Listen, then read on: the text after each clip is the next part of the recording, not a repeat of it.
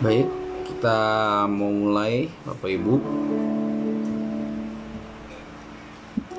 Dan sebelum kita memulai, mari kita mau tenang teduhkan dulu hati kita. Kita mau bersaat teduh di hadapan Tuhan.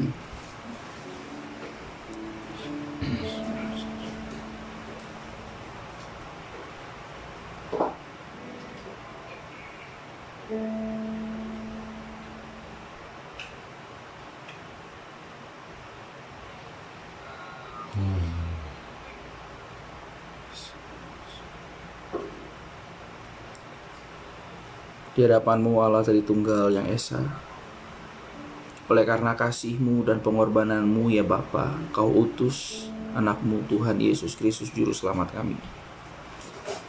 Dan oleh kasih Juru Selamat kami, Kau mengutus juga Roh-Mu untuk terus menghibur kami, menemani kami, sehingga kami bisa percaya kembali kepada Yesus Kristus. Karya keselamatan yang telah Kau berikan bagi kami sungguh-sungguh sangat mengucap syukur.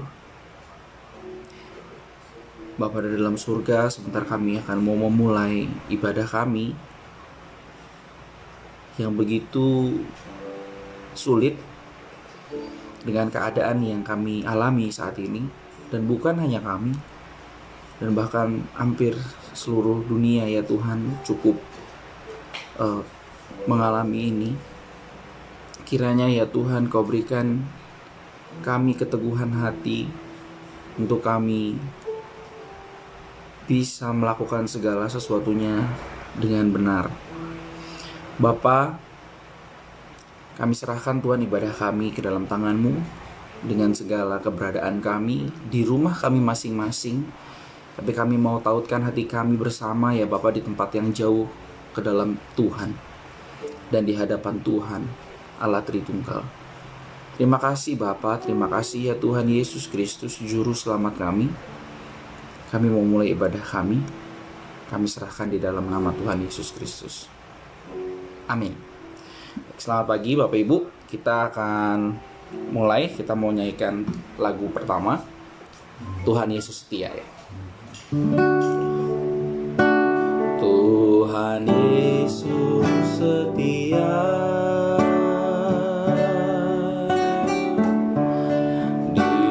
sahabat kita dalam segala susahku, selalu menghiburku. Dia mengerti bahasa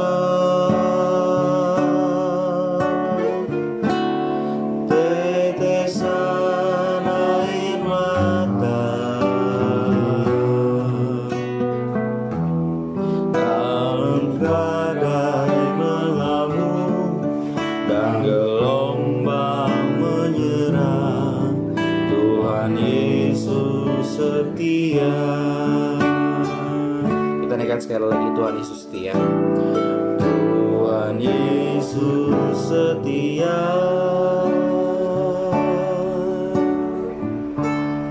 Dia sahabat kita dalam segala susahku.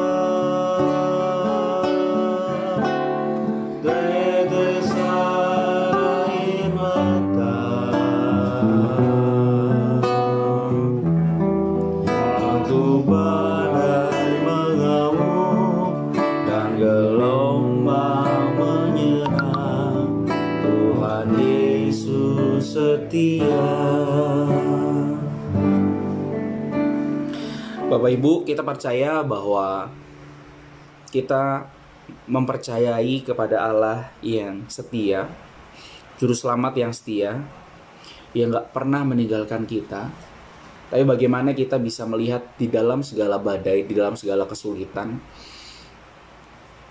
bahwa Tuhan tetap menemani kita gitu. Mari kita naikkan pujian yang kedua, yaitu Ya Tuhan Ku Percaya, sebelum kita mau berdoa sama-sama untuk negara ini, untuk banyak hal yang kita harus doakan. Mari kita nyanyikan pujian yang kedua, Ya Tuhan Ku Percaya. Ya Tuhan ku percaya, aku percaya,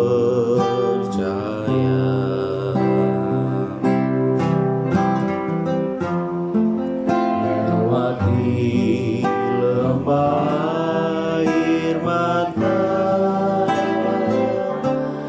aku percaya.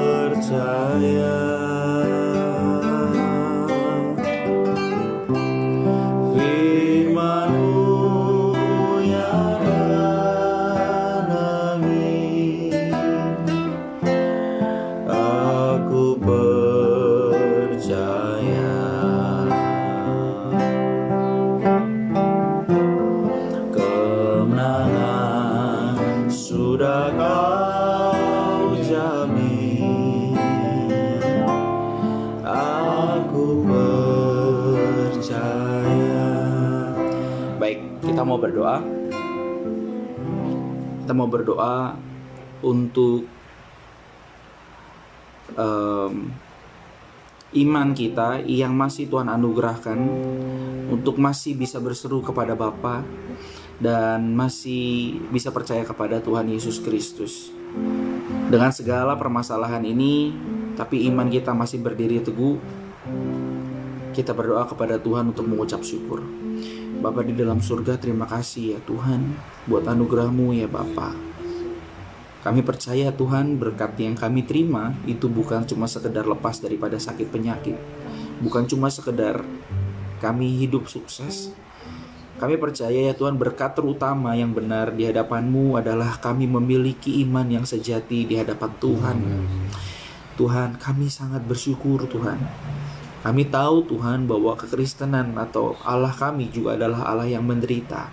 Sehingga jika kami menderita dalam kesesakan, kami percaya Tuhan bahwa Engkau terlebih dulu dan telah mengalami dan telah menemani kami.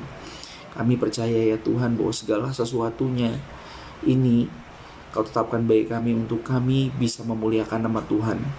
Ajari kami untuk kami berkreatif Tuhan di dalam kesulitan ini, berbijak dan juga teguh Tuhan di dalam kesulitan ini, untuk kami bisa bagaimana memikirkan memperbesar kerajaan Tuhan, dan bagaimana kami bisa memanfaatkan waktu untuk kami belajar terus menerus di dalam masa seperti ini. Kami mengucap syukur ya Bapa. Dan kita juga mau berdoa buat negara ini, kiranya pemerintah juga diberikan hikmat, terutama takut akan Tuhan. Dan kita juga mau berdoa untuk presiden kita, juga wakil presiden kita, juga seluruh dokter-dokter yang menangani dan semua yang mengambil bagian untuk menangani permasalahan COVID ini, supaya diberikan takut akan Tuhan dan diberikan hikmat. Kita juga mau berdoa buat seluruh masyarakat Indonesia khususnya, atau seluruh dunia yang terkena bencana ini. Biarlah diberikan hikmat juga untuk bisa tidak begitu ceroboh. Mari kita berdoa. Bapa di dalam surga, kami berdoa ya Tuhan untuk Pak Jokowi dan juga Pak Amin ya Tuhan, di mana dia juga terutama belum mengenal juru selamat, yaitu Tuhan Yesus Kristus. Kami berdoa ya Bapa, kiranya Kau berikan ya anugerah terbesar, terindah, yaitu adalah percaya kepada Yesus Kristus melebihi apapun. Begitu juga untuk Pak Amin. Dan kiranya ya Bapa, kami percaya Engkau tolong mereka Tuhan sebagai pemimpin untuk bisa mengambil kebijakan yang begitu baik Tuhan, untuk bisa memanage negara ini supaya bisa menghimbau masyarakatnya supaya berbijak mengambil sikap. Tuhan, kiranya Kau berikan juga keberanian, Kau berikan juga hati yang melayani terus-menerus untuk dokter-dokter ya Tuhan. Tolong ya Bapak, untuk mereka semua bisa benar-benar melayani Tuhan dan melayani masyarakat seperti benar-benar melayani Tuhan. Bapa di dalam surga, kami berdoa juga untuk seluruh dunia yang mengalami permasalahan ini. Kiranya Tuhan seluruh juga masyarakat Indonesia bisa teguh di dalam iman kepada Tuhan. Terima kasih Bapa, terima kasih ya Tuhan Yesus Kristus. Kami berdoa dan kami bersyukur, terima kasih. Dan juga kita mau berdoa untuk seluruh gereja yang mungkin di rumah-rumah dengan live streamingnya. Kiranya Tuhan juga pasti menemani kita semua dengan keadaan seperti ini. Biarlah kita juga mengucap syukur, dan biarlah seluruh gereja di dunia ini benar-benar menyembah Tuhan dan kembali kepada firman Tuhan yang benar. Kita berdoa. Bapa di dalam surga, dengan segala permasalahan ini, dengan live streaming dan lain sebagainya, Tuhan kiranya Kau fasilitasi kami ya Tuhan. Kami percaya ya Bapa, ini telah Kau persiapkan sedemikian rupa sehingga kami bisa beribadah kepada Tuhan. Kami bersyukur ya Tuhan, Allah yang penuh hikmat, Allah yang penuh bijak mengambil langkah untuk seperti ini. Pikirannya ya Tuhan, masalah ini membuat kami tersaring lagi, membuat kami lebih kuat lagi, membuat kami teruji lagi dalam segala permasalahan. Kami serahkan Tuhan, tolong kami, kehidupan kami dan seluruh besar gereja di dunia, juga di Indonesia ya Tuhan, bisa beribadah kepadamu dengan cara seperti ini. Bapa di dalam surga, terima kasih ya Tuhan, kami telah naikkan pokok-pokok doa untuk kami bisa berseru kepada Tuhan. Dan kami percaya Tuhan bukan Tuhan yang tidak mendengar. Tuhan adalah Tuhan yang berdaulat. Kiranya ya Tuhan, beri belas kasihan-Mu bagi kami. Kiranya Kau dengarlah doa kami ini Tuhan, dari doa orang-orang yang jauh daripada benar dan bukan orang-orang benar ini. Kami hanya berseru ya Tuhan kepadamu, mohon belas kasihan-Mu. Kami serahkan Tuhan semuanya ke dalam tangan-Mu, Juru Selamat kami, penebus kami hidup. Kami berdoa dan kami ucap syukur. Amin. Baik, kita akan naikkan lagu yang ketiga. Untuk persiapkan hati kita bisa mendengarkan firman Tuhan ya.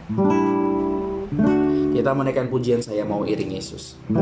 Saya mau iring Yesus. Saya mau iring Yesus sampai selama-lamanya. Saya mau iring Yesus. Saya mau iring Yesus. Saya mau iring Yesus sampai selama-lamanya.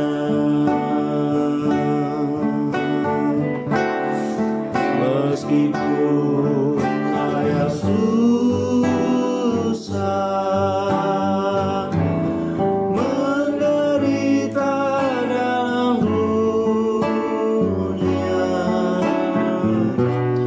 saya mau iring Yesus sampai selama-lamanya.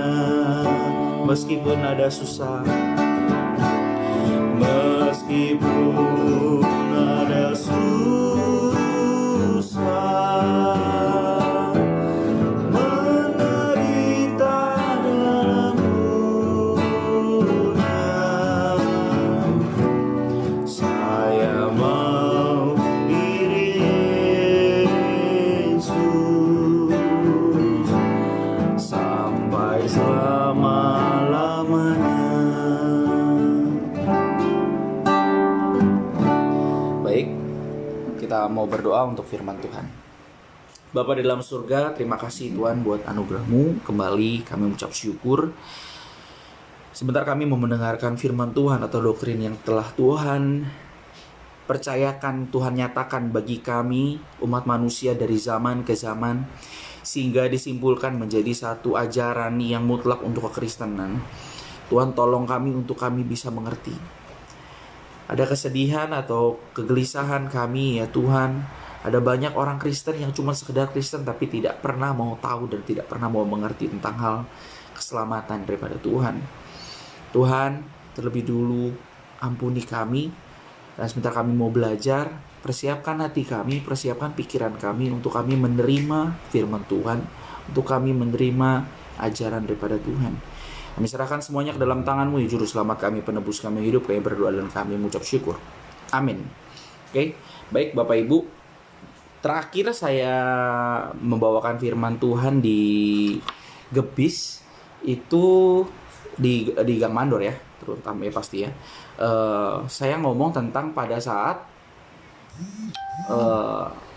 pertumbuhan terjadi, harusnya pemahaman kita semakin komplit atau tanda petik itu semakin kompleks. Dalam arti akan lebih rumit, sama seperti pohon yang pada saat dia baru bertunas itu hanya satu gitu. Tapi pada saat makin bertumbuh, dia akan menunjukkan carangnya. Tetapi di dalam ranting, carang, buah, bunga, terus juga daun dan lain sebagainya, itu terdapat keindahan di dalam ciptaan Tuhan.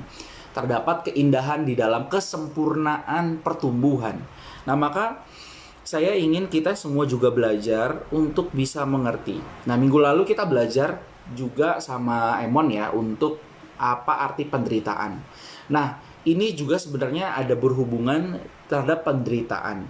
Tapi kita mau coba melihat esensi dari kenapa Tuhan itu mau menderita buat kita. Karena seringkali orang Kristen itu orang yang sebenarnya suka kepedean. Kepedeannya apa? Suka banyak juga, ini kesalahan juga dari banyak pembicara yang sebenarnya berpikir tentang Tuhan itu begitu sayang loh sama kita, sehingga Tuhan yang dari surga mau mati buat kita. Tapi kalau coba kita telaah lagi, untuk apa, untungnya apa sampai Tuhan mau mati buat kita? Loh, kita tuh siapa sebenarnya? Nah, pada saat ada kesalah persepsian, ada ketidaksempurnaan di dalam pemahaman, itu yang membuat kita akhirnya sama seperti waktu Tuhan Yesus ingin disalib. Ada satu di Markus ya, ada satu pemuda yang ditulis bahwa pada saat Tuhan disalib ada satu pemuda yang ketakutan dengan sehelai kain, karena takut ditangkap dia lari dengan telanjang. Nah, ini yang saya ingin sampaikan gini. Kalau orang nggak mengenal konsep kekristenan, jika ada penderitaan, itu dia lebih memilih untuk lari dengan dia nggak mikirin malunya. Nah, maka kita mau belajar satu persatu perlahan-lahan ya. Saya nggak tahu ini berapa kali pertemuan, jika memang saya bisa dikasih kesempatan lagi untuk kita bahas tentang apa itu keselamatan, sehingga kita bisa mengetahui secara utuh apa konteks, bagaimana kita bisa memahami tentang apa itu keselamatan, apa itu Tritunggal, bagaimana korelasinya Tritunggal dengan keselamatan, korelasinya keselamatan dengan penderitaan, korelasinya keselamatan dengan kristologi, korelasinya keseluruhan Tritunggal dengan kristologi, sehingga Bapak Ibu, mungkin Bapak Ibu berpikir gini, aduh ini ribet, enggak gini. Sehingga Bapak Ibu bisa mengerti betapa agung dan betapa mulianya Tuhan dan betapa rendahnya kita, tetapi Tuhan ingin menyelamatkan kita, sehingga kita di dalam pemahaman yang utuh dan benar, kita bisa memuliakan Tuhan dalam sikap hidup kita sehari. Karena kalau misalnya tidak, Bapak Ibu itu cuma berpikir tentang diri sendiri. Nggak ada perbedaannya sama orang-orang lain. Pada saat tidak percaya Kristus, orang menderita, percaya Kristus juga menderita. Lo kalau gitu gimana? Ya udahlah, gue buang aja Kristusnya, mendingan ganti sama yang lain. Nggak begitu ya Bapak Ibu. Jadi lebih ke arah bagaimana kita bisa memahami konsep tentang keseluruhan, lalu ada konsep-konsep yang kita ubah. Seperti apa itu bahagia? Oh, bahagia tuh kalau saya nggak susah, bahagia tuh kalau nggak miskin, bahagia tuh kalau misalnya duit banyak. Tetapi pada saat bahagia seperti yang terakhir saya khotbahkan juga, berbahagialah kamu yang berduka cita. Nah, berarti ada konsep yang dirubah sampai bungkus-bungkus pemahaman definisinya itu dirubah. Mungkin terminologi katanya sama, tetapi konsepnya semua dirubah. Nah, ini yang sebenarnya kita mau pelajari sama-sama. Nah, Bapak Ibu, kita mau melihat dan mempelajari tentang konsep apa itu keselamatan. di dalam kekristenan juga ternyata banyak orang tua yang gak ngerti kenapa dia bisa selamat dan bagaimana urutan pemahaman keselamatannya. Saya bikin satu pelayanan di sekolah, itu pun saya udah ulang berkali-kali, anak-anak masih nggak tepat berdiri fondasi pemahamannya. Nah sekarang kita mau coba belajar, dan ini keselamatan ini adalah konsep keselamatan yang dipercaya ratusan tahun dan sudah disahkan oleh bapak-bapak gereja gitu ya. Jadi ini nggak mungkin kayak wah salah nih, nggak. Tapi ini adalah konsep keselamatan yang kita miliki sama-sama sebagai orang Kristen. Walaupun akhirnya terbagi menjadi dua lagi, tetapi kita mau pelajari yang satu dulu ya.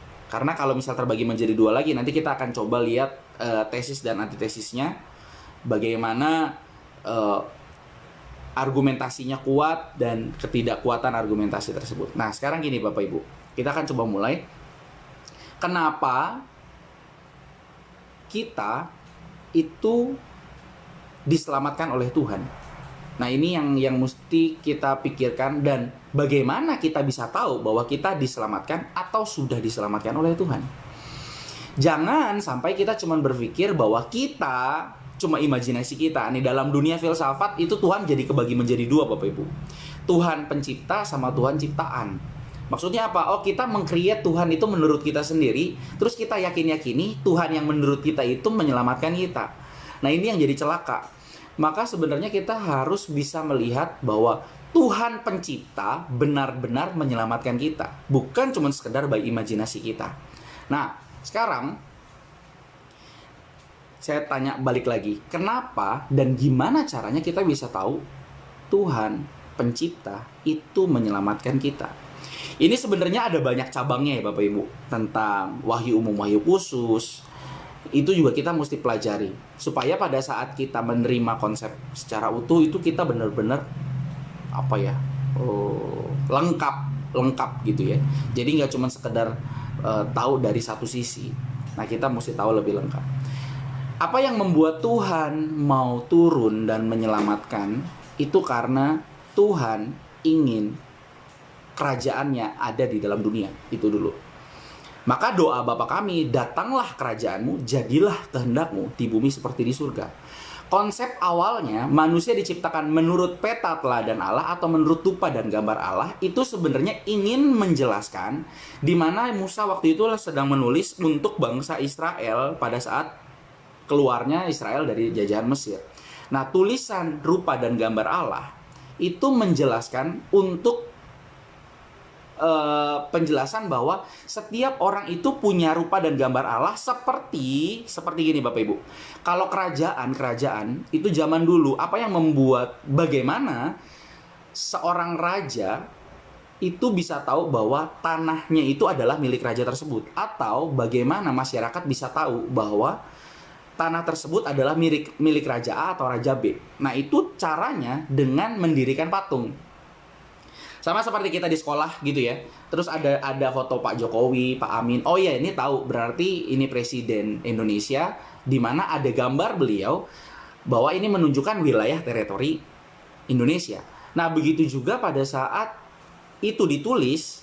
Nah rupa dan gambar itu untuk menggambarkan bahwa kerajaan gambar rupa Allah itu adalah bentuk di mana adanya patung-patung atau bentuk-bentuk, semakin banyaknya patung dalam tanda petik kita ini ada gambar rupa Allah, di situ adalah kuasa pemerintahan kerajaan Allah yang di situ. Nah, berarti kita harus tahu dulu konsep kenapa Tuhan itu ingin turun ke dalam dunia. Nah, sebelum jatuh ke dalam dosa, Adam dan Hawa itu diciptakan menurut peta dan teladan Allah, gambar dan rupa, untuk menjelaskan bahwa kerajaan Allah harus ada di dalam dunia. Itu dulu ya.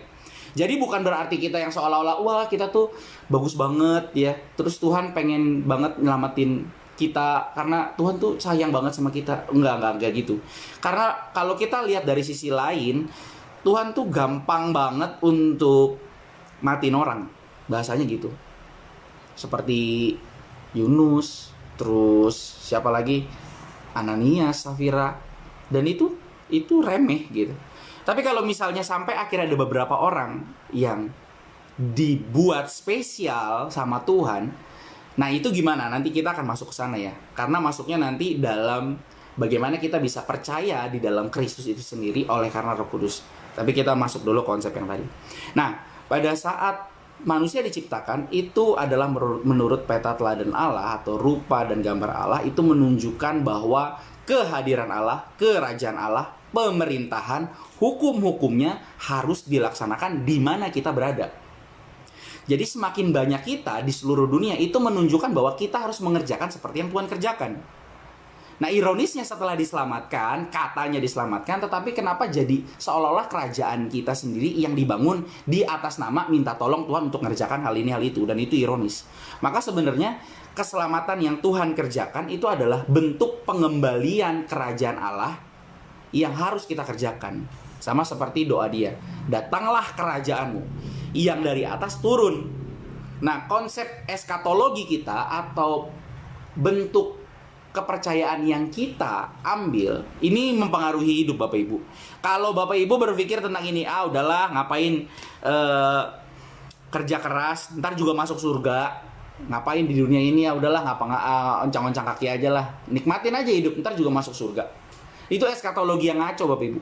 Eskatologi yang ngaco itu membuat kita hidup ngaco. Begitu juga konsep kita terhadap keselamatan yang ngaco itu membuat hidup kita ngaco.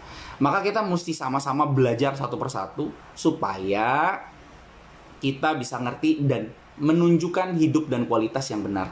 Nah, pada saat kita tahu bahwa manusia itu adalah gambar representasinya Tuhan, bentuk keberadaannya Tuhan, di mana hukum, di mana aturan, di mana kehendak Tuhan dijalankan, itu ada di dalam diri manusia.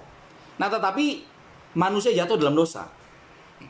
Kata jatuh di dalam dosa itu adalah bentuk kata di mana keterpisahan Allah dengan manusia. Jadi relasinya itu terputus. Ini saya akan sedikit mundur dari awal ya Bapak Ibu. Saya ngejelasin dari awal sehingga Bapak Ibu dapat konsepnya. Pada saat Adam, kalau kamu makan buah itu kamu akan mati. Nah, kata mati tersebut saya udah sering kali ulang-ulang, yaitu adalah terputusnya relasi. Pada saat terputusnya relasi, maka Tuhan bertanya, Dam, di mana kamu? Itu sebenarnya bukan keterbatasan pengetahuan Tuhan, tidak. Tetapi Tuhan ingin tanya relasinya di mana. Sama seperti anak pulang malam jam 2, terus bapaknya bilang gini, ini jam berapa nih? Emang bapaknya nggak bisa lihat jam? Kan enggak. Tetapi bapaknya ingin tahu, udah jam segini, saya nggak tahu kamu dari mana, dan kamu nggak ada kabar, kamu di mana, sehingga relasinya tuh terputus Bapak Ibu. Pada saat datang baru ngomong, ini di mana gitu. Nah, menunjukkan pada saat Tuhan menyatakan bahwa, Dam, kamu di mana? Itu menunjukkan relasi yang sudah terputus.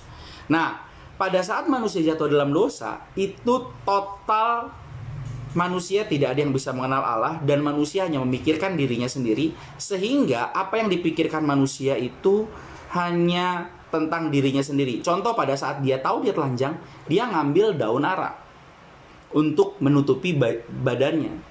Tetapi Tuhan tahu dan Tuhan inisiatif bahwa kalau yang namanya daun diambil, nah ini go green dirusak pertama ya.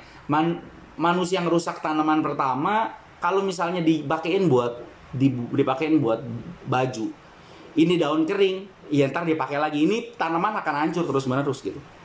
Tetapi pada saat jatuh di dalam dosa pertama kali, lalu Tuhan inisiatif pertama mengambil hewan untuk dipotong dan dikuliti, dan kulitnya dipakaikan kepada manusia. Nah, kita bisa ngelihat ini adalah satu gambaran awal keselamatan atau langkah Tuhan mengambil sebuah keselamatan atau gambaran, yaitu apa? Bahwa pada saat ada dosa harus ada yang dimatiin. Dan ternyata harus juga Tuhan sendiri yang inisiatif mengambil hewan, dan Tuhan yang inisiatif memakaikan baju kepada Adam dan Hawa, walaupun sekalipun Hawa dan Adam jatuh dalam dosa. Nah, kita membahas dulu tentang konsep apa itu dosa dan kenapa dan bagaimana itu dosa. Dosa itu dalam Ibraninya kan hamartia, yang artinya tidak tepat sasaran atau tidak sesuai dari apa yang Tuhan inginkan.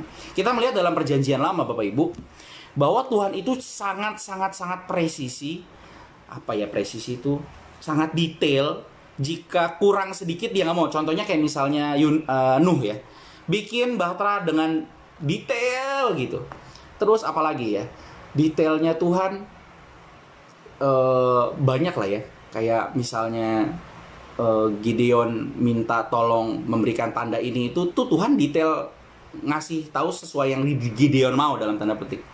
Terus juga banyak hal lah ya. Tuhan tuh sangat absolut, mutlak, sehingga standarnya itu harus dipenuhi. Nah, hamartia itu adalah tidak sesuai standar atau lepas daripada sasaran yang ditetapkan. Nah, ini yang sebenarnya Tuhan mau jangan kamu makan, tetapi ternyata lepas daripada sasaran. Nah, itu arti kata dosa. Sehingga, ingat Bapak Ibu yang pernah saya bilang, orang berdosa yang terlepas daripada Tuhan, hakikatnya mati. Pada saat hakikatnya mati, tidak ada relasi, sehingga yang diperbuat buah-buahnya itu adalah buah-buah dosa. Karena dia anjing, maka dia ngegonggong. Karena dia berdosa, maka dia melakukan perbuatan-perbuatan dosa. Sehingga kalau misalnya perbuatan dosa A dia tutup, dia akan muncul lagi perbuatan dosa B. Karena kenapa? Karena hakikat dagingnya tuh berdosa, Bapak Ibu. Misalnya gini ya, orang berdosa, ayo jangan bohong. Ya udah, dia nggak bohong, dia bisa mencuri. Ya udah jangan mencuri. Nanti dia buat dosa yang lain dan nggak akan bisa berhenti. Karena kenapa? Hakikatnya berdosa. Ini saya sedikit review ya. Apa yang membuat dan bagaimana caranya ini bisa berubah, lahir kembali, lahir baru kembali. Ini saya maju dulu ke depan. Lahir kembali, yang pertama firman Tuhan, yang kedua Roh Kudus, yang ketiga doa orang-orang benar untuk mendoakan orang-orang yang berdosa ini. Nah, sekarang mundur lagi. Pada saat orang itu mati di dalam dosa, maka hakikat keinginannya itu tidak pengen Tuhan. Semua keinginannya itu dosa. Ini kalau ada papan tulis enak. Jadi begini, Bapak Ibu, gambarannya, pada mulanya itu Tuhan menjadi ini ya. Pada mulanya Tuhan itu menjadi pusat kehidupan, Bapak Ibu. Semua berpusat ke Dia. Apa yang disuruh, apa yang dikerjakan, semua berpusat ke Dia. Tapi pada saat Adam dan Hawa jatuh dalam dosa, ingat kata di awalnya apa? Kamu akan seperti Allah. Nah, ternyata iming-iming dari iblis diambil, maka dia ingin menjadi pusat. Nah, pada saat seperti itu, maka seolah-olah ini menyingkirkan Allah itu sendiri, sehingga ini ingin menjadi Allah, ingin menjadi pusat. Nah, setiap orang berdosa itu pasti pemikirannya kembali kepada dirinya, Bapak Ibu. Contoh ya, orang berdosa yang Kristen, saya mau bertobat lah supaya saya kaya. Nah, ini salah satu pusat kenapa jadi saya yang kaya, saya bertobat. Terus juga misalnya, saya mau bertobat lah supaya saya nanti masuk surga. Saya di surga kan punya mobil banyak, punya rumah bagus. Saya lagi. Nah, kekristenan bukan demikian, Bapak Ibu. Kekristenan itu bukan konsep tentang saya di surga dapat sesuatu. Itu nggak ada bedanya sama agama lain. Enggak. Maka suka ada yang bilang ini ya, saya sebenarnya menahan diri. Saya tuh sebenarnya pengen mobil mewah, rumah mewah, punya kolam renang, punya gazebo, punya apa segalanya. Saya pengen, tapi saya tahan supaya saya bisa dapetin itu di langit baru bumi baru. Enggak, itu nggak tepat, Bapak Ibu. Karena kenapa? Kerinduan orang Kristen yang sejati adalah pada saat nanti di langit baru bumi baru adalah memerintah bersama dengan Tuhan dan melihat Kristus juru selamatnya. Jadi yang difokuskan adalah relasi, bukan tentang apa yang didapat lagi nanti. Kalau begitu, itu kacau. Satu. Yang kedua, konsep kesalahan di dalam kekristenan adalah pada saat dia percaya kepada Kristus dan dia tanda petik penginjilan atau menjual Kristus sebagai tiket masuk surga. Sama seperti gini, ayo beli tiket yuk. Kalau dapat tiket, saya bisa masuk. Saya lagi. Gak bisa, Bapak Ibu. Konsep kekristenan itu bukan tentang saya. Karena konsep saya itu adalah konsep dosa. Semua tentang saya. Banyak sekali orang sakit hati, orang misalnya dikecewakan, apalagi ya orang seringlah banyak hal di mana dia nyesel terhadap perbuatannya. Semua mengasihani diri, self pity gitu. Waduh saya nih, aduh saya. Enggak kayak gitu, Bapak Ibu. Paulus di penjara pun bukan tentang saya, tapi dia menulis untuk Tuhan, untuk dalam tanda petik ya, untuk jemaat di sana supaya jemaat di sana memuliakan Tuhan. Maka sebenarnya juga ada bentuk, ini saya baru tahu ya. Saya coba kupas lagi satu persatu ya surat-surat Paulus. Awalnya surat Paulus pada saat dia berikan kepada jemaat-jemaat yang teraniaya ataupun yang di dalam masalah, itu Paulus nggak pernah bilang gini, saya berdoa supaya kalian dilepaskan dari masalah. Itu nggak ada, Bapak Ibu. Paulus berdoanya gini, kiranya kalian kuat menghadapi itu semua di dalam kebijakan Allah Tuhan. Maka sebenarnya kalau kita seperti ini ya Bapak Ibu, kita menghadapi masalah atau apapun, kita harus bisa melihat mutiara di dalam masalah. Karena berkat yang sejati itu adalah kebergantungan relasi kembali kepada Tuhan. Jadi di dalam segala masalah apapun, Maria yang pada saat ingin melahirkan, dia nggak ada kamar, dapatnya kandang. Dia berbahagia. Karena kenapa? Dia bergantung kepada Tuhan dan mengetahui Tuhannya siapa. Paulus di dalam penjaranya pun, sekalipun di dalam masalah, dia nggak pernah berdoa, Tuhan kiranya lepas ini nih masalah biar berlalu. Enggak. Tapi dia bertahan kuat di dalam kebergantungan sama Tuhan. Begitu juga kita. Di dalam masalah, apapun, sekalipun ini, bagaimana kita bisa melihat dan memanfaatkan pikiran kita untuk kita memberitakan Injil, untuk kita bisa efektif belajar, supaya pada saat nanti sudah beres, kita bisa total mengerti banyak hal dan kita bisa penginjilan keluar. Pada saat seperti ini, saya merenung ya Bapak Ibu. Selama ini kita keluar untuk diri kita loh. Saya keluar untuk saya kerja, saya keluar untuk saya keluar untuk saya keluar untuk saya. Lalu di dalam hati saya mikir, kapan saya keluar benar-benar seperti Tuhan suruh, pergilah jadikan semua bangsa murid. Terus sekarang posisinya nggak boleh keluar. Wah, kalau dulu kerusuhan, orang kaya bisa pergi ke luar negeri Bapak Ibu. Sekarang orang kaya mau pergi kemana? Luar negeri juga banyak penyakitnya. Di luar, mau keluar pun nggak dikasih, masuk di sana. Di sini pun juga nggak dikasih keluar. Kita bisa ngelihat Tuhan tuh punya rencana yang kita nggak tahu. Bagaimana Tuhan punya maksud apa ya.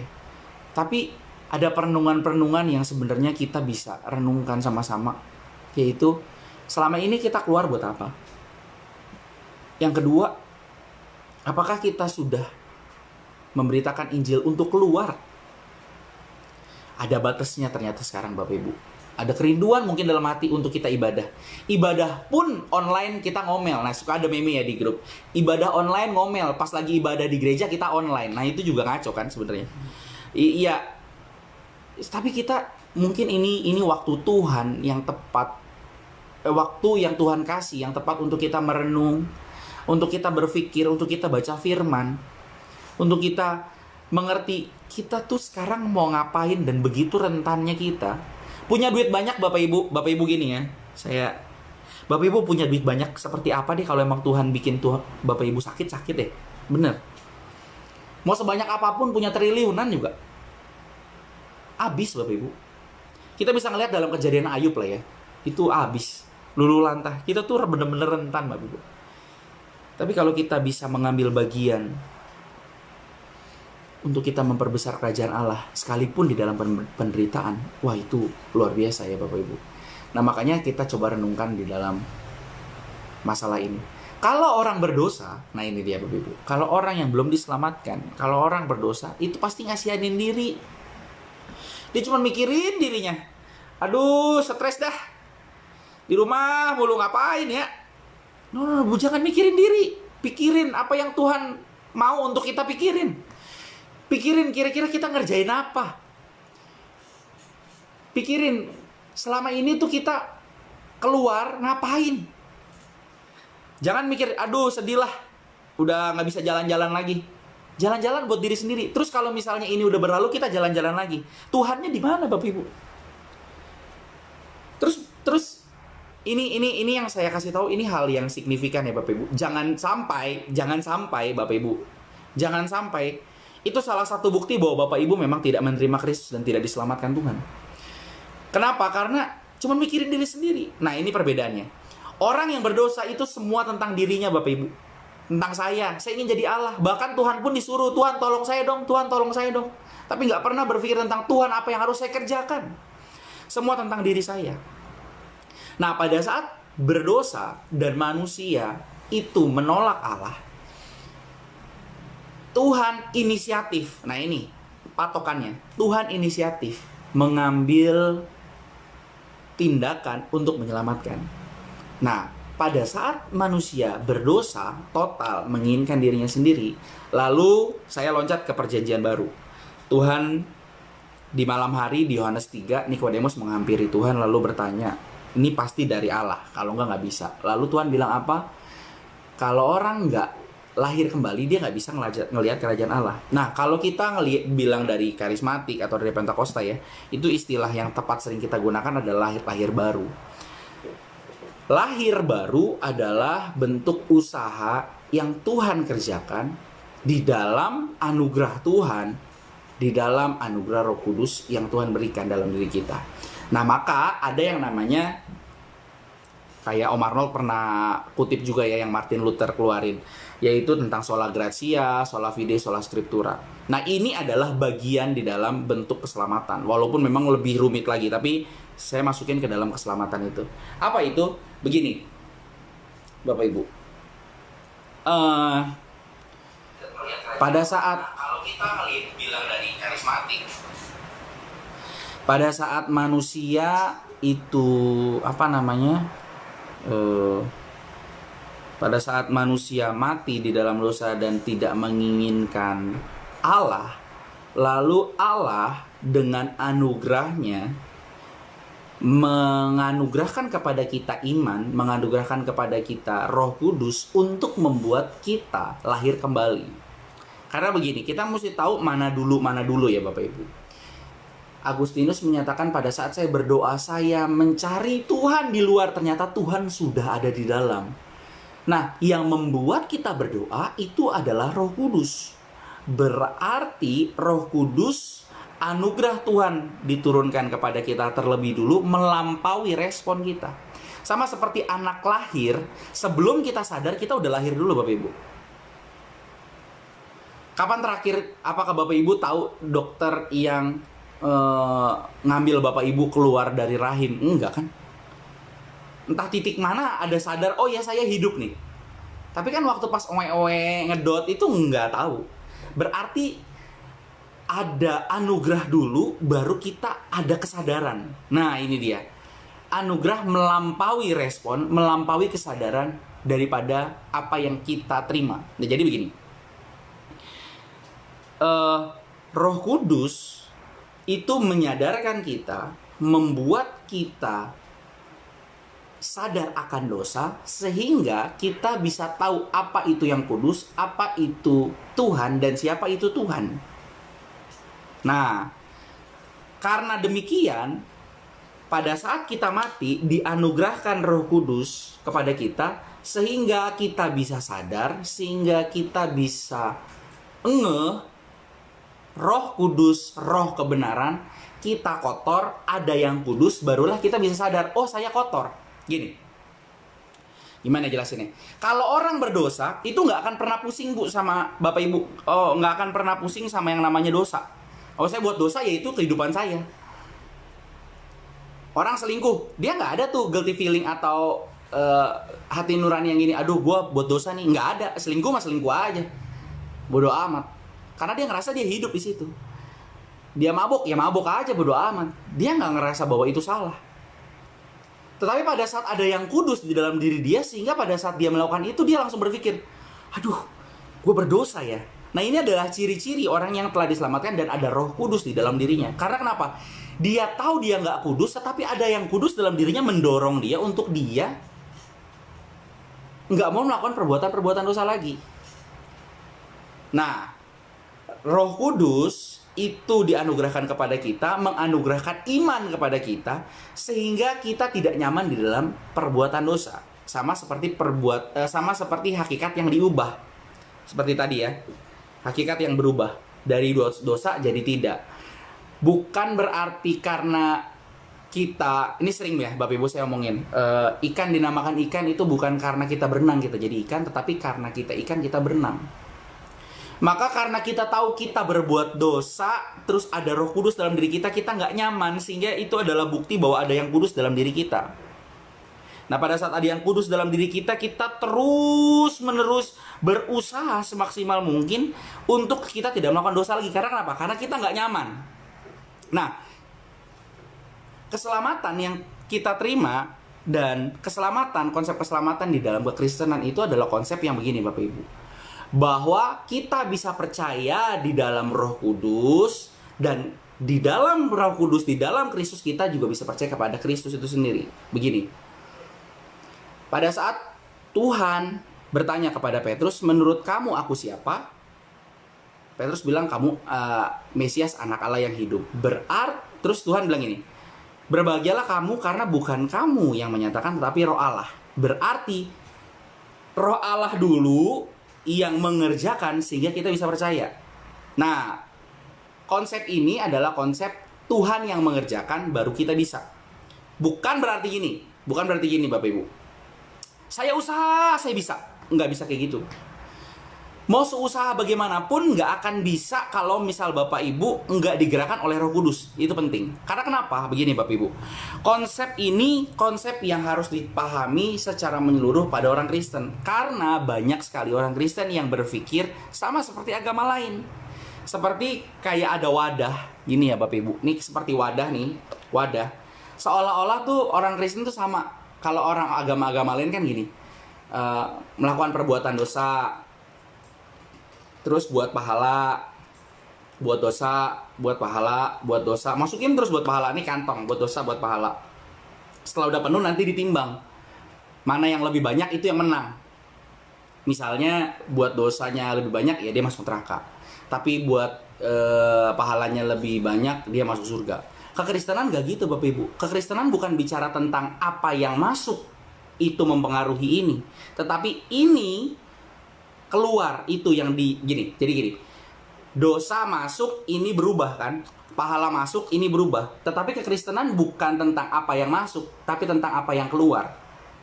Kalau ininya masih berbuat dosa, ini akan keluarin perbuatan-perbuatan dosa. Tapi kalau ininya sudah dirubahkan, maka ini akan mengeluarkan perbuatan-perbuatan baik.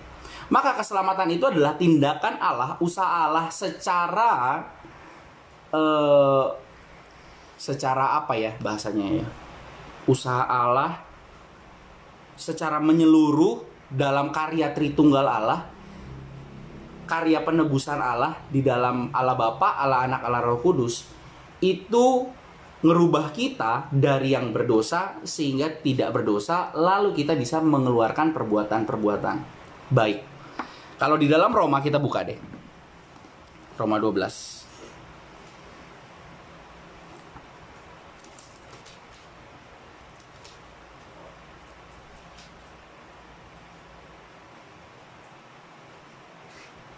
Janganlah ini colok gini, janganlah kamu menjadi serupa dengan dunia ini, tetapi berubahlah oleh pembaharuan budimu, sehingga kamu dapat membedakan. Nah ini dia Bapak Ibu, dapat membedakan mana kehendak Allah, apa yang baik, yang berkenan kepada Allah dan yang sempurna. Nah ini Bapak Ibu.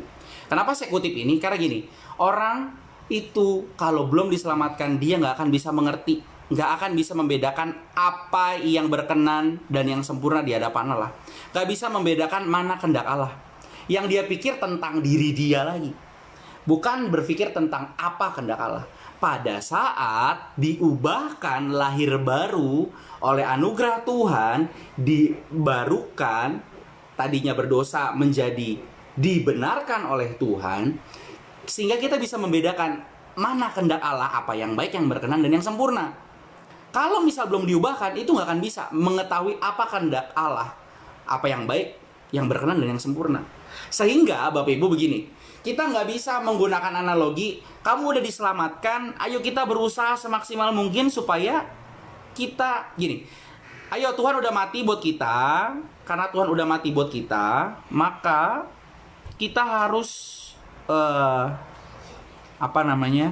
kita harus berusaha semaksimal mungkin supaya kita diselamatkan dan menerima anugerah Tuhan, gitu ya Bapak Ibu. Jadi nggak bisa kayak gitu. Kita mesti melihat keselamatan yang Tuhan beri itu adalah Tuhan mengubah kita, barulah kita bisa mengerjakan. Beda ya Bapak Ibu ya. Saya ulang nih. Kita nggak bisa melihat Tuhan udah mati, yuk kita kerjain supaya kita selamat. Nggak kayak gitu. Tetapi Tuhan udah mati, kita telah selamat, baru kita bisa mengerjakan. Saya ulang ya. Bukan karena Tuhan mati, terus kita mengerjakan biar saya selamat. Bukan titik pencapaian. Tetapi karena kita udah sampai, barulah kita bisa mengerjakan. Bukan kita berjuang dari kematian kita berusaha untuk hidup. Enggak, tetapi karena kita udah hidup, barulah kita bisa bekerja, barulah kita bisa berkarya. Nah, ini yang sebenarnya kita mesti sama-sama pahami, bahwa keselamatan itu sudah terlebih dulu kita terima, barulah kita bisa mengerjakan. Tetapi gini Bapak Ibu, banyak juga orang Kristen yang salah paham terhadap konsep ini karena tidak menerima secara khusus. Oh ya udah, saya udah terima, ya udahlah, saya bisa buat apa-apa. Nah ini Bapak Ibu, setiap makhluk Tuhan itu pasti punya hakikat dan ciri-cirinya. Nah ini agak ribet. Kalau anjing ciri-cirinya menggonggong, kalau kucing ciri-cirinya ngeong. Nah, kalau orang yang udah diselamatkan ciri-cirinya apa, yang belum diselamatkan ciri-cirinya apa? Itu pasti ada ciri-cirinya, Bapak Ibu. Kalau misalnya ada orang Kristen gini, ya udahlah saya udah diselamatin, udah saya buat dosa aja lagi. Ya itu bukti ciri-ciri nggak diselamatin, Bapak Ibu. Nah, pada saat orang yang sudah diselamatkan, ciri-cirinya adalah dia tidak suka berbuat dosa. Itu ciri-cirinya. Ciri-cirinya nggak betah di dalam dosa. Karena kenapa? Karena ada Roh Kudus di dalam dirinya yang telah Tuhan anugerahkan untuk kita bisa percaya kepada Kristus dan kita bisa melihat penderitaan Kristus. Nah ini dia Bapak Ibu. Di dalam Matius 5, berbahagialah kamu yang miskin di hadapan Allah. Berbahagialah kamu yang berduka. Bagaimana kita bisa melihat Tuhan dan perasaan Tuhan? Kalau kemarin saya bilang tentang berduka di hadapan Tuhan adalah konsep tentang berduka kalau Tuhan berduka. Nah sekarang kita gimana cara taunya Tuhan berduka? Kalau Tuhan sendiri nggak menyatakan dirinya bahwa dia berduka ke dalam diri kita, maka ingat ya Bapak Ibu, ada konsep tentang konteks, ada konsep tentang pengertian di dalam satu pemahaman. Misalnya gini, Mami di dalam kamar sama Papi lagi ngobrol, saya nggak akan tahu. Tapi pada saat saya di dalam kamar juga, saya akan tahu dia lagi ngomongin apa. Pada saat Tuhan ngomong, kalau tidak dikasih tahu dan kita nggak diundang masuk ke dalam, kita nggak akan bisa tahu apa yang diomongin, Bapak Ibu.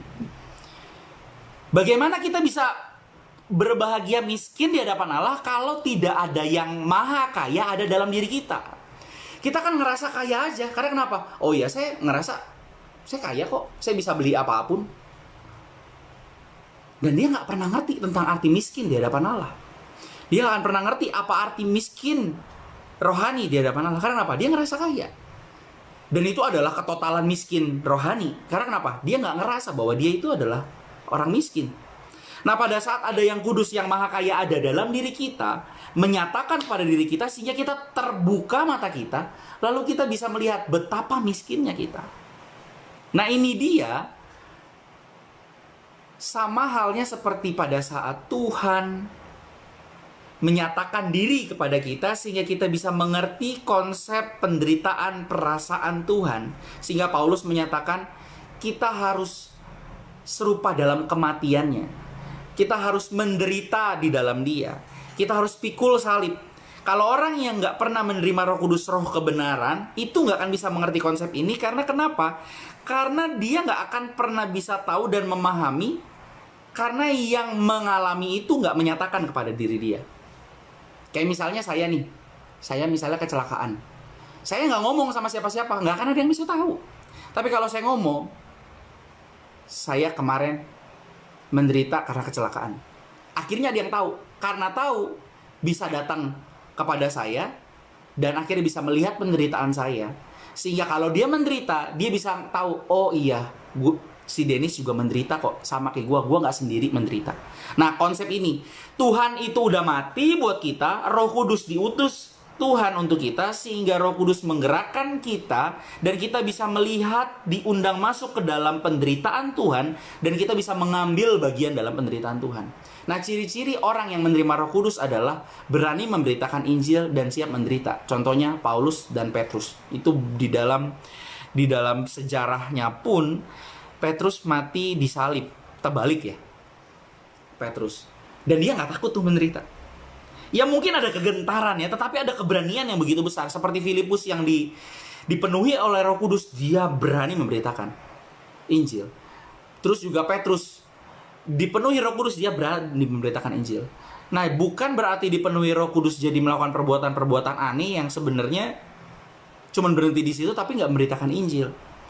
Maka ada ciri-cirinya Bapak Ibu.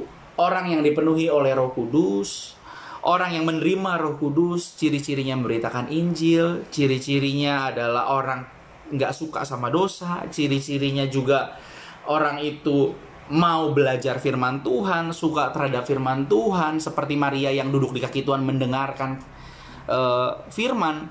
Itu ada ciri-cirinya. Tetapi orang yang tidak menerima Roh Kudus, itu juga ada ciri-cirinya. Nah, sekarang saya mau ajak Bapak Ibu berpikir, Bapak Ibu hidup itu dalam ciri-ciri apa? Jika di antara Bapak Ibu ada yang melihat bahwa Bapak Ibu ciri-cirinya adalah nggak takut Tuhan, suka di dalam dosa, dan dengar khotbah ini pun biasa aja. Mungkin ada teman, saudara, pasangan Bapak Ibu yang begitu, yang sadar ya Bapak Ibu. Nih saya kasih tahu, bagi yang sadar, berlututlah berdoa bagi dia. Karena kenapa? Dia nggak akan bisa mengerti dan nggak akan bisa tahu. Karena kenapa? Karena memang tidak dianugerahkan Roh Kudus dalam diri dia. Berdoalah bagi dia, injili dia.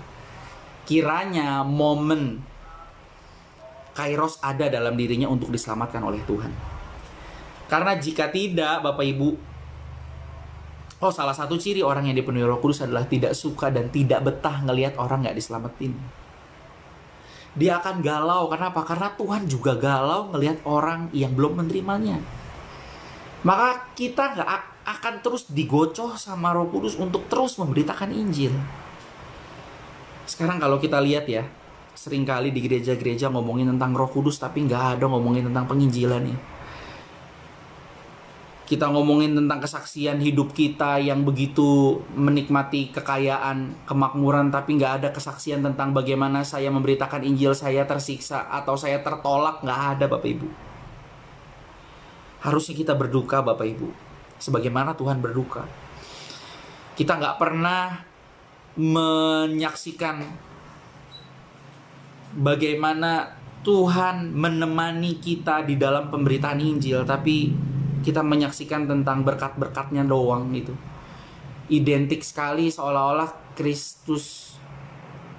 Kristen itu dengan berkat. Bapak Ibu, kalau Bapak Ibu berpikir tentang seperti itu, Bapak Ibu cuma tahu tentang Kristus yang salah. Karena Kristus itu menderita seperti yang minggu lalu Emon telah sampaikan ya. Jadi kita harus sama-sama tahu bahwa ini bukan usaha kita. Untuk apa sih kita belajar ini? Untuk kita tahu bahwa ini bukan usaha kita, ini ada anugerah Tuhan semata. Kalau kita tahu ini nggak bisa kita usahakan dan ini adalah anugerah Tuhan, maka kita semua yang mendapat anugerah ini harus terus-menerus diam di dalam keberkenanan akan Tuhan dan harus terus memberitakan firman Tuhan. Sehingga Bapak Ibu, kita nggak lagi hidup untuk diri kita saja. Kalau kita hidup untuk diri kita saja, curigailah dirimu. Bisa jadi kamu memang tidak mendapat anugerah itu. Bisa jadi memang iman itu tidak ada dalam dirimu. Pengetahuan tentang doktrinal sangat mudah ditemui di zaman sekarang. YouTube, buku. Tetapi ketakutan, perasaan, miskin di hadapan Tuhan, berduka di hadapan Tuhan, kalau tidak kita miliki, percuma. Karena doktrin atau pemahaman yang kita miliki, jika kita tidak takut akan Tuhan, itu akan membuat kita semakin sah untuk dihukum Tuhan. Kamu tahu apa yang benar, tapi kamu gak lakukan. Celakalah kita semua. Maka kita harus sama-sama belajar untuk bisa mengerti keutuhan. Nanti berikutnya mungkin saya akan bawakan Tritunggal dan ada keterkaitan dengan Paskah dan juga keterkaitan dengan keselamatan ini. Bahwa kita berpikir, oh Tuhan yang mati. Kalau Tuhan Yesus yang mati turun ke dalam dunia, Allah Bapa ngapain? Terus kalau begitu ada dua Tuhan dong. Bagaimana memahami konsep ini? Terus Yesus balik, terus Yesus mengutus Roh Kudus. Loh bagaimana nih konsep ini? Nanti kita akan lihat bahwa penderitaan, pengorbanan itu bukan hanya di dalam, tanda petik ya, di dalam Kristus, tapi di dalam keseluruhan Allah Tritunggal. Nah ini yang sebenarnya kita akan coba pahami sama-sama.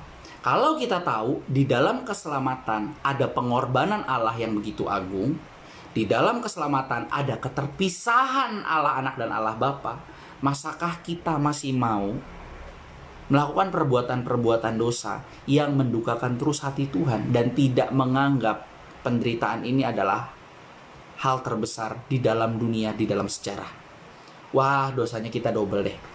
Nah, ini dia yang sebenarnya kita akan sama-sama untuk kita coba pelajari sama-sama, kita coba mengingat sama-sama supaya kita mau memahami keselamatan yang Tuhan beri itu tidak atau bukan barang murahan, tapi benar-benar nggak ada yang bisa bayar. Sekalipun seluruh dunia manusia mengorbankan dirinya dan bahkan seisi dunia ini pun diberikan kepada Tuhan, itu nggak akan bisa Bapak Ibu mewakili Tuhan itu sendiri yang menderita buat kita. Mari kita berdoa. Bapa di dalam surga, terima kasih ya Tuhan buat anugerah-Mu yang begitu limpah bagi kami. Sebentar kami juga akan melakukan aktivitas lain di dalam hari Sabat ini. Tuhan, tolong kami untuk kami bisa mengerti keutuhan apa arti keselamatan. Tolong kami ya Bapa, tolong kami ya Tuhan Yesus, supaya kami bisa sungguh-sungguh menghayati, memahami keselamatan yang telah Tuhan kerjakan. Bahwa itu bukan usaha kami, bahwa itu bukan penderitaan yang kami lakukan untuk kami mendapatkan, tidak. Tapi itu kami telah mendapatkan, barulah kami bisa mengerjakan, mengetahui apa kehendak Allah. Tolong kami ya Bapa, tolong kami ya Tuhan. Kami serahkan Tuhan semuanya ke dalam tangan-Mu, di dalam nama Tuhan Yesus Kristus kami berdoa dan kami mengucap syukur. Amin.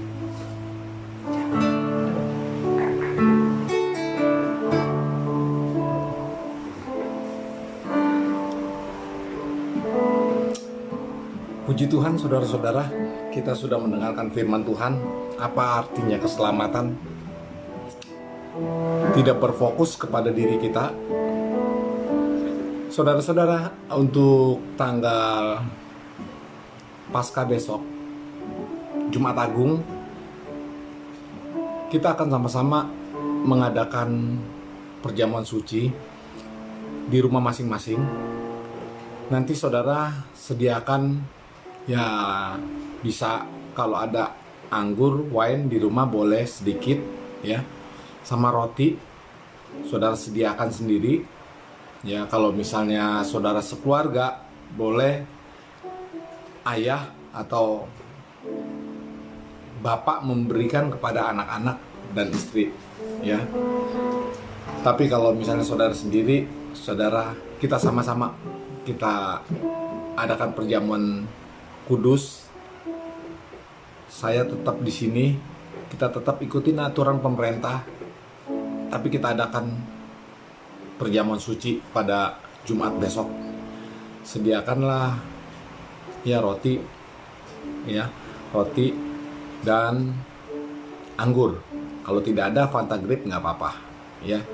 Saudara sediakan aja dan kita akan sama-sama mengikuti perjamuan. Baik saudara-saudara yang terkasih, puji Tuhan kita sudah mendengarkan firman Tuhan ya, yang mengajar kita pada siang hari ini. Nah saudara-saudara, kita akan berdoa juga untuk, sebelum kita tutup, kita berdoa supaya kita juga mengikuti aturan pemerintah, dan kita berdoa untuk presiden kita ya,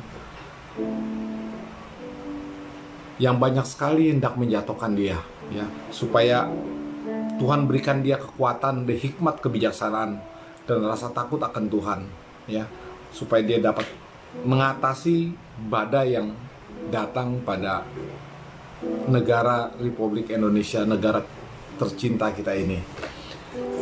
Mari kita akan nyanyikan satu lagu.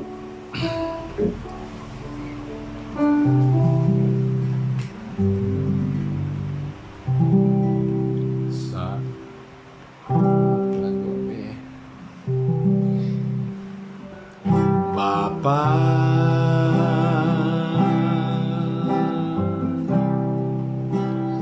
Engkau sungguh baik. kasih-Mu melimpah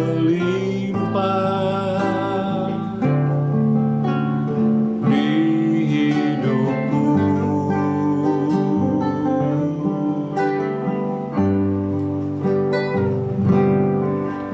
Bapa,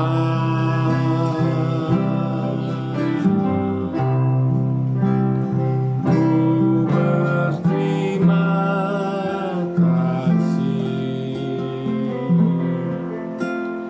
berkat-Mu hari ini yang Kau sediakan bagiku.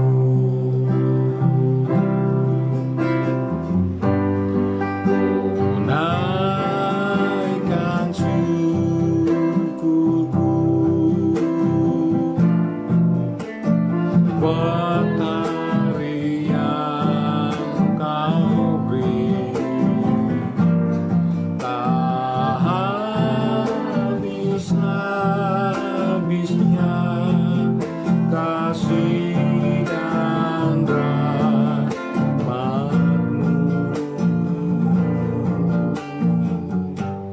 Selalu baru dan tak pernah terlambat pertolongan-Mu. Besar setiamu di sepanjang hidupku. Ku naikkan syukurku, ku naikkan syukurku buat hari yang Kau beri. Tak habis-habisnya kasih dan rahmat-Mu. Selalu baru dan tak pernah terlambat pertolongan-Mu. Besar setiamu di sepanjang hidupku. Besar setiamu, besar setiamu, besar setiamu, besar setiamu, besar setiamu, besar setiamu di sepanjang hidupku.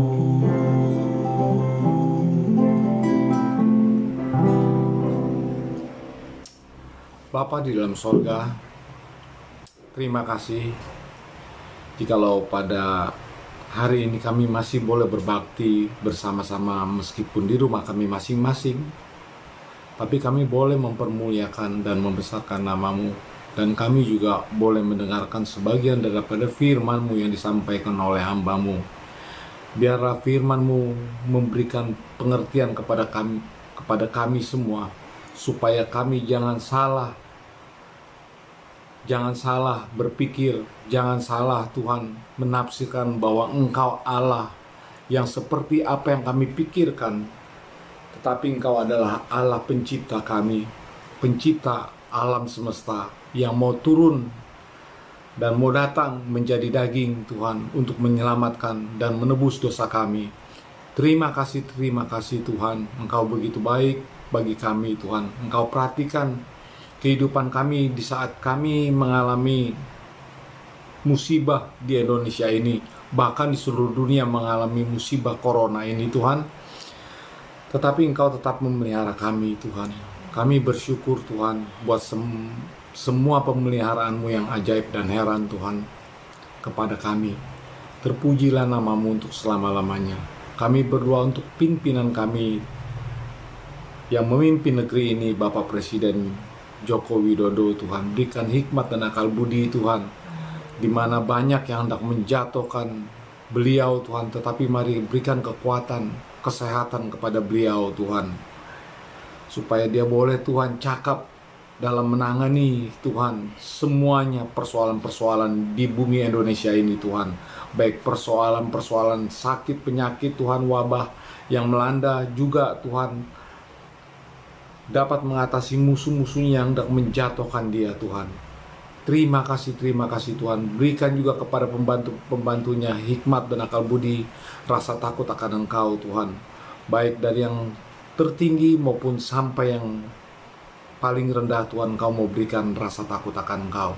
Terima kasih Tuhan. Kami bersyukur Tuhan buat semua yang Engkau berikan pada kami, dan kami boleh berbakti pada minggu hari ini, meskipun Tuhan secara darurat seperti ibadah saat ini.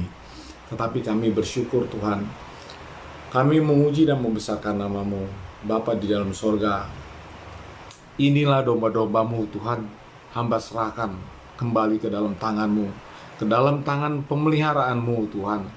Mari Tuhan Engkau pelihara, tetap Engkau berkati apa yang mereka usahakan, apa yang mereka kerjakan Tuhan. Meskipun keadaan sangat sulit, tetapi kami masih bisa bergerak Tuhan. Kami masih bisa beraktivitas Tuhan. Mari Tuhan kamu berkati anak-anakmu, baik yang sekolah, baik yang bekerja, baik yang berusaha Tuhan. Mari curahkan berkat-Mu Tuhan ke atas anak-anakmu, ke domba-dombamu Tuhan, dalam perlindungan Tuhan, tangan kuasa-Mu Tuhan. Saudara-saudaraku, sebelum kita akhiri, mari terimalah dan bawalah pulang ke rumahmu masing-masing damai sejahtera Allah yang melebihi segala akal, menyertai hati dan pikiranmu dimanapun engkau berada, tidak membuat engkau gentar, tidak membuat engkau takut, tetapi tetap berharap kepada Tuhan kita. Kasih karunia daripada Tuhan kita Yesus Kristus, serta persekutuan daripada Roh-Nya yang kudus menyertai kita mulai saat ini sampai Tuhan Yesus datang yang kedua kali. Bapa, terima kasih. Bapa, terima kasih. Bapa, terima kasih. Bapa di dalam surga, ku berterima kasih.